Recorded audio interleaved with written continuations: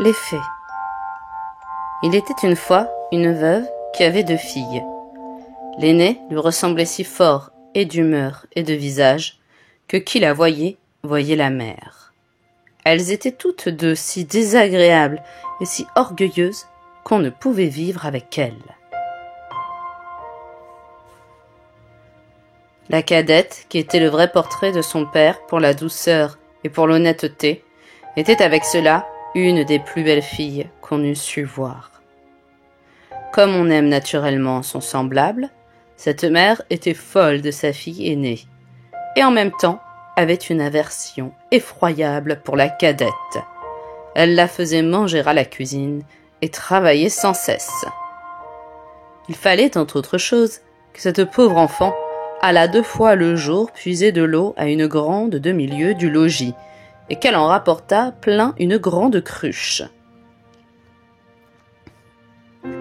Un jour qu'elle était à cette fontaine, il vint à elle une pauvre femme, qui la priait de lui donner à boire. « Oui, da, ma bonne mère, dit cette belle fille. » En rinçant aussitôt sa cruche, elle puisa de l'eau au plus bel endroit de la fontaine, et la lui présenta, soutenant toujours la cruche afin qu'elle bût plus aisément.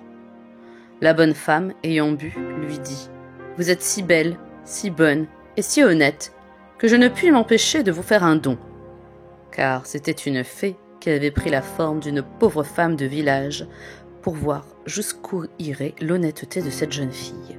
« Je vous donne pour don, poursuivit la fée, qu'à chaque parole que vous direz, il vous sortira de la bouche ou une fleur ou une pierre précieuse. » Lorsque cette belle fille arriva au logis, sa mère la gronda de revenir si tard de la fontaine.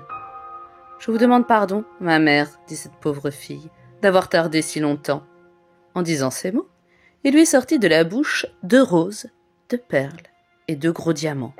« Que vois-je là ?» dit sa mère tout étonnée. « Je crois qu'il lui sort de la bouche des perles et des diamants. D'où vient cela, ma fille ?»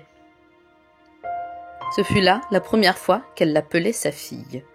La pauvre enfant lui raconta naïvement tout ce qui lui était arrivé, non sans jeter une infinité de diamants. « Vraiment, dit la mère, il faut que j'y envoie ma fille. Tenez, Fanchon, voyez ce qui sort de la bouche de votre sœur quand elle parle. Ne seriez-vous pas bien aise d'avoir le même don? Vous n'avez qu'à aller puiser de l'eau à la fontaine, et quand une pauvre femme vous demandera à boire, vous lui en donnez bien honnêtement. »« Il me ferait beau voir, répondit la brutale, aller à la fontaine. »« Je veux que vous y alliez, reprit la mère, et tout à l'heure. » Elle y alla, mais toujours en grondant. Elle prit le plus beau flacon d'argent qui fut dans le logis.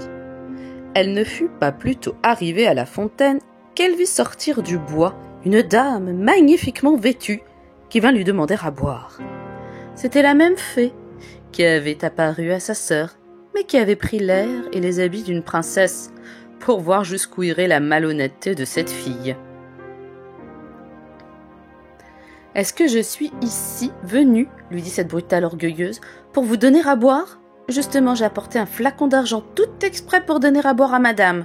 J'en suis d'avis, buvez à même si vous voulez. »« Vous n'êtes guère honnête, reprit la fée, sans se mettre en colère. Eh bien, puisque vous êtes si peu obligeante, je vous donne pour don qu'à chaque parole que vous direz, il vous sortira de la bouche ou un serpent ou un crapaud. » Dès que sa mère l'aperçut, elle lui cria « Eh bien, ma fille, eh bien, ma mère !» lui répondit la brutale, en jetant 2 vipères et 2 crapauds. « Au ciel !» s'écria la mère. « Que vois-je là ? C'est sa sœur qui en est la cause, elle me le paiera !» Aussitôt, elle courut pour la battre. La pauvre enfant s'enfuit et alla se sauver dans la forêt prochaine. Le fils du roi, qui revenait de la chasse, la rencontra, et la voyant si belle, lui demanda ce qu'elle faisait là toute seule et ce qu'elle avait à pleurer. « Hélas, monsieur, c'est ma mère qui m'a chassée du logis. » Le fils du roi, qui vit sortir de sa bouche 5 ou 6 perles et autant de diamants, la pria de lui dire d'où cela lui venait. Elle lui conta toute son aventure. Le fils du roi en devint amoureux, et considérant qu'un tel don valait mieux que tout ce qu'on pouvait donner en mariage à un autre, l'emmena au palais du roi son père, où il l'épousa. Quant à sa sœur, elle se fit tant haïr que sa propre mère la chassa de chez elle, et la malheureuse Après avoir bien couru sans trouver personne qui voulût la recevoir, alla mourir au coin d'un bois.